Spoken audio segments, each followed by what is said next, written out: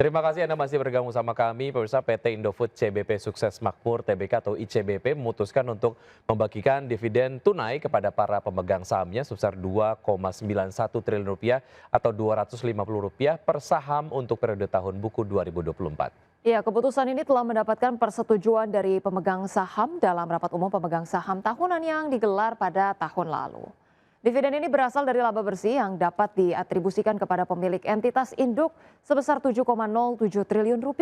Dengan demikian rasio pembayaran dividen ICBP tahun ini mencapai sekitar 31% dari total laba bersih tahun 2024. ICBP membukukan laba bersih Rp7,07 triliun di tahun 2024. Perolehan ini meningkat 1,27% bila dibandingkan periode yang sama tahun sebelumnya Rp6,99 triliun. Dengan begitu, laba per saham dasar menjadi Rp607 naik dari Rp599. Sementara penjualan bersih perusahaan tercatat menjadi Rp72,59 triliun di tahun 2024, naik 6,9% secara tahunan dari periode yang sama tahun sebelumnya, sebesar Rp67,9 triliun.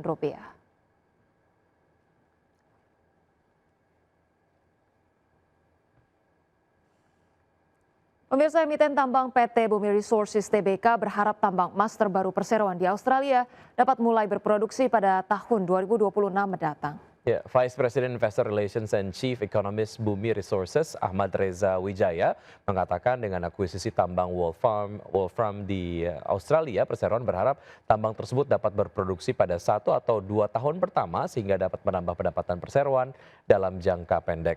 Selain di Australia, perseroan juga mendiversifikasi pendapatannya melalui PT Bumi Resources Minerals Tbk yang memproduksi emas, dan tambang emas anak usaha perseroan tersebut akan mulai berproduksi tahun depan dan akan menghasilkan emas yang cukup signifikan bagi perseroan. Adapun perseroan telah menandatangani kesepakatan awal dengan Wolfram Limited, sebuah perusahaan yang berbasis di Australia yang bergerak di bidang pertambangan emas dan tembaga.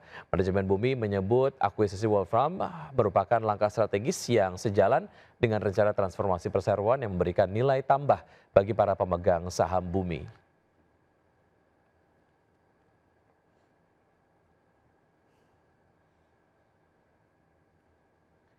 Waskita Karya meraih kontrak baru senilai Rp1,4 triliun hingga Juni 2025. Iya, kontrak tersebut didominasi proyek gedung di berbagai wilayah.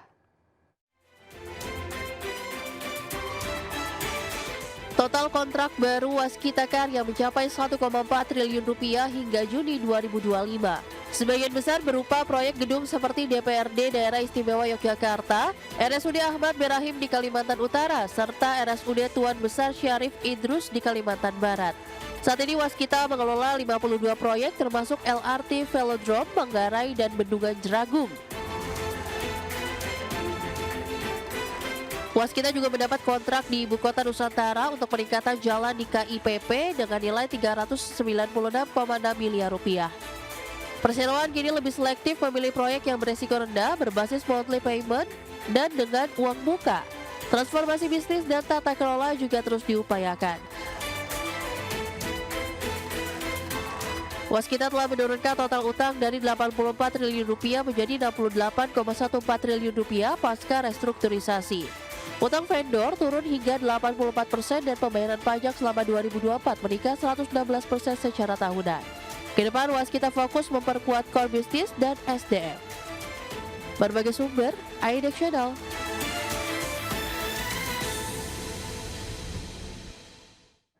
PT Lotte Chemical Titan atau FPNI mengalokasikan belanja modal atau capital expenditure sebesar Rp50 miliar atau sekitar $3 juta untuk tahun 2025. Ya, nilai ini jauh lebih rendah dibandingkan dengan tahun-tahun sebelumnya seiring dengan minimnya kebutuhan investasi tambahan setelah perseroan melakukan proyek pemeliharaan besar pada 2023. Hingga kuartal 1 tahun 2025, realisasi capital expenditure perusahaan tercatat sebesar $538.000.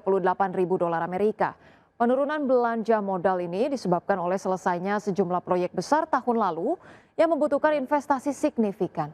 Sebagai perbandingan, pada 2024, Lotte Chemical Titan mengalokasikan capital expenditure hingga $9 juta, Sementara di 2023 nilai capital expenditure mencapai 13 juta dolar Amerika meskipun sebagian di antaranya tidak terserap sepenuhnya dan dibawa ke tahun berikutnya.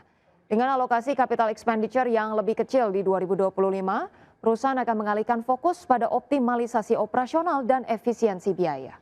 Perusahaan menghadapi tekanan dari sisi kinerja keuangan. Pendapatan Lotte Chemical turun 2,2% dari 376,2 juta dolar Amerika Serikat pada tahun 2023 menjadi 368 juta dolar Amerika di tahun 2024, dan penurunan tersebut terutama disebabkan oleh berkurangnya volume penjualan sebesar 5,9% dan dampaknya laba usaha anjlok 181% dari laba sebesar 2,9 juta dolar Amerika menjadi rugi operasional sebesar 5,2 juta dolar Amerika. Dalam menghadapi tantangan tersebut, perusahaan mulai melakukan diversifikasi bisnis, salah satunya dengan sinergi dengan perusahaan afiliasi yang berbagi lokasi fasilitas.